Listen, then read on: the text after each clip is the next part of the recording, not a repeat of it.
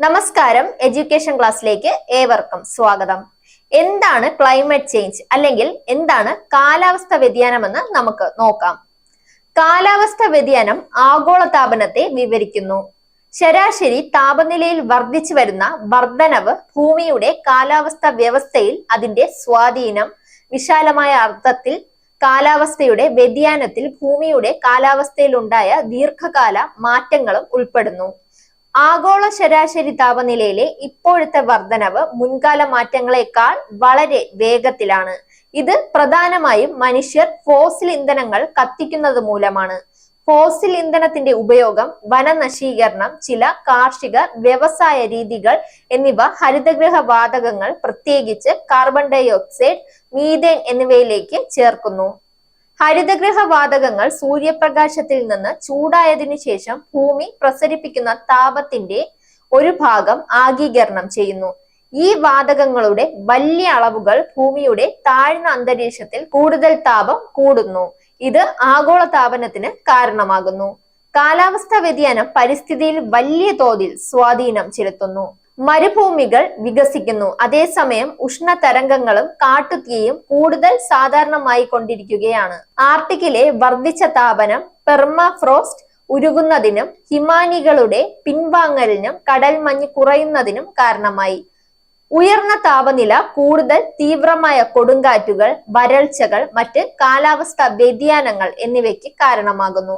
പർവ്വതങ്ങൾ, പവിഴപ്പുറ്റുകൾ, ആർട്ടിക് പ്രദേശങ്ങൾ എന്നിവയിലെ ദ്രുതഗതിയിലുള്ള പാരിസ്ഥിതിക മാറ്റം പല ജീവജാലങ്ങളെയും മാറ്റി സ്ഥാപിക്കാനോ വംശനാശം സംഭവിക്കാനോ പ്രേരിപ്പിക്കുന്നു. ഭാവിയിലെ ചൂട് കുറയ്ക്കാനുള്ള ശ്രമങ്ങൾ വിജയിച്ചാലും ചില ഫലങ്ങൾ നൂറ്റാണ്ടുകളോളം തുടരും.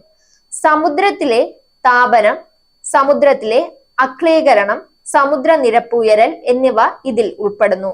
കാലാവസ്ഥാ വ്യതിയാനം ജനങ്ങളെ വർദ്ധിച്ച വെള്ളപ്പൊക്കം, കടുത്ത ചൂട്, വർദ്ധിച്ച ഭക്ഷണ ജല ദൗർബല്യം, കൂടുതൽ രോഗങ്ങൾ, സാമ്പത്തിക നഷ്ടം എന്നിവയിലൂടെ ഭീഷണിപ്പെടുത്തുന്നു. മനുഷ്യ കുടിയേറ്റവും സംഘട്ടനവും ഒരു ഫലമാകാം.